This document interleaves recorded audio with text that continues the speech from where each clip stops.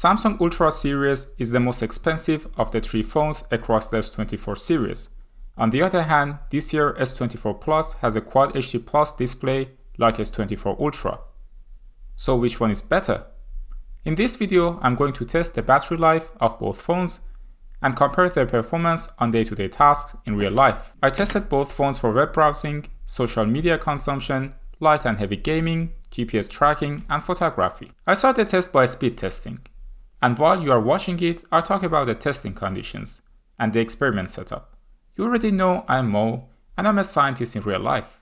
So I will tell you the conditions for the experiment to be reproducible. S24 Ultra is using a Snapdragon 8 Generation 3, while S24 Plus is using a Snapdragon in North America and selected markets, while in Europe and other places, it is using Samsung's latest Exynos 2400 chipset. You may say, but Mo, these two phones are completely different and it is not a fair comparison.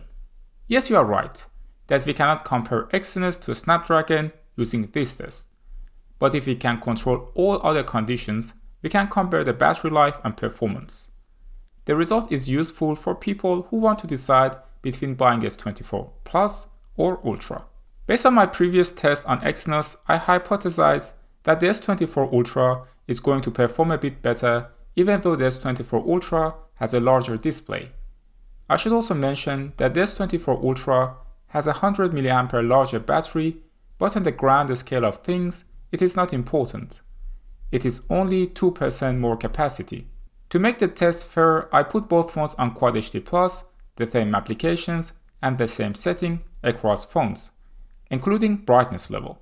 I always empty the RAM for tests using RAM Plus, and both have 8GB virtual RAM. The room temperature is 25 degrees Celsius, which is 77 degrees Fahrenheit. In between tests, I let both phones cool down to the same temperature. As you saw yourself in the speed testing, there is no meaningful difference between them. Sometimes Exynos does better in AI processing tasks, and sometimes it is the other way around. For the first test, I ran YouTube Shorts on repeat on Wi-Fi connection for around half an hour, and then the same test on 5G for another half an hour. S24 Ultra used 7%, while S24 Plus used 9% battery. The body temperature of both phones is very similar. Ultra is around 1 degree lower, but that can be a margin of error. Now Ultra is 93%, while S24 Plus is at 91%. I then moved to play a movie on Netflix on 4K on a 5G connection. Both phones use 6% battery. My observation so far is on par with what I observed on Exynos before. On day-to-day tasks, whether on Wi-Fi or 5G, Exynos is doing a pretty good job. Next, I started to play a light game called Subway Surfers. Subway Surfers is written by Unity and is a game that can be performed on both Exynos and a Snapdragon without any issues. Throughout the whole game, both of them held very well and neither had a performance issue. Both phones went to 35 degrees Celsius, which is 95 degrees Fahrenheit. No phone had again any advantage over the other one, and as you can see, both phones used 2% battery. For the next test, I did what I often do in the bathroom break. I started to play chess on 5G on Google Chrome web browser. I also, in the middle of the test, added another window to run YouTube Shorts in the background.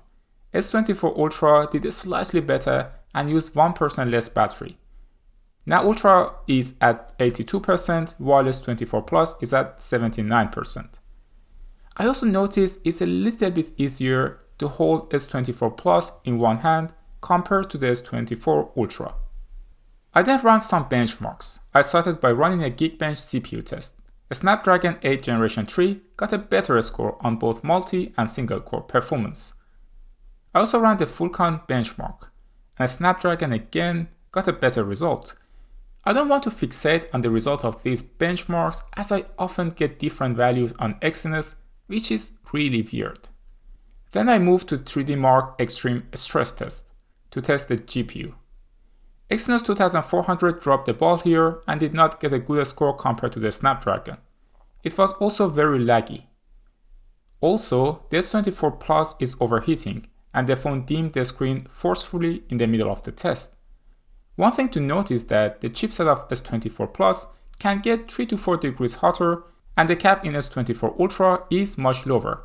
After this test, there is a 5% difference between the phones and Ultra is ahead. For the next test, I installed Strava and Adidas Running to track another activity walking outside.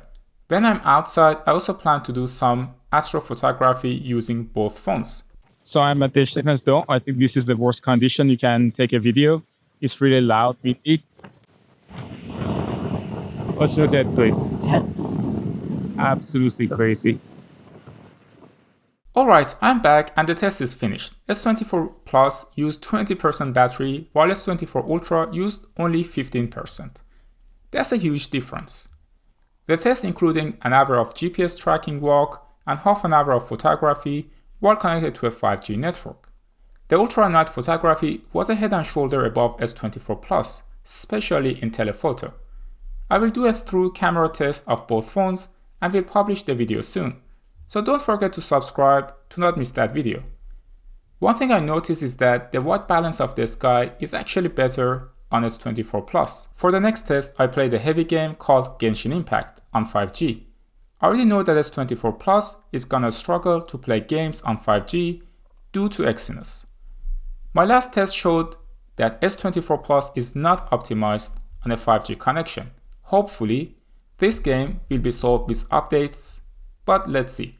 After an hour of gaming, Ultra used 21% battery, while S24 Plus used 34%. That's a huge difference.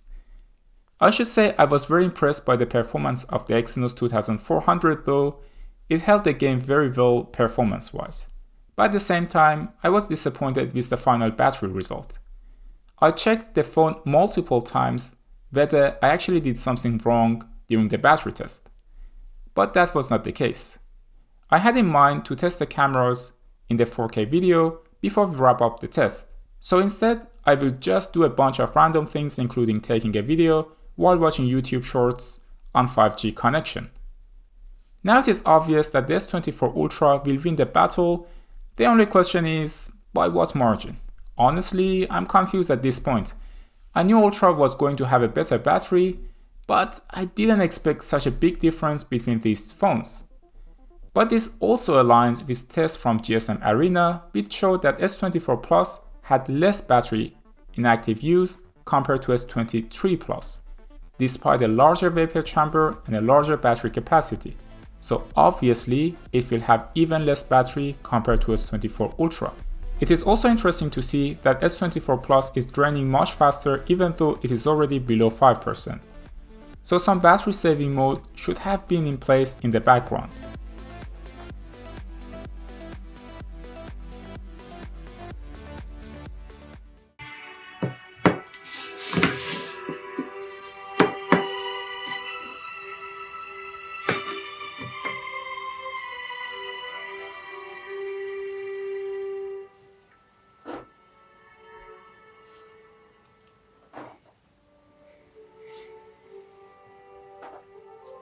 Now come the days of the king. And we have it, ladies and gentlemen, S24 Ultra won the battle by 23% margin. So the results showed that the S24 Ultra is the real king, the real MVP.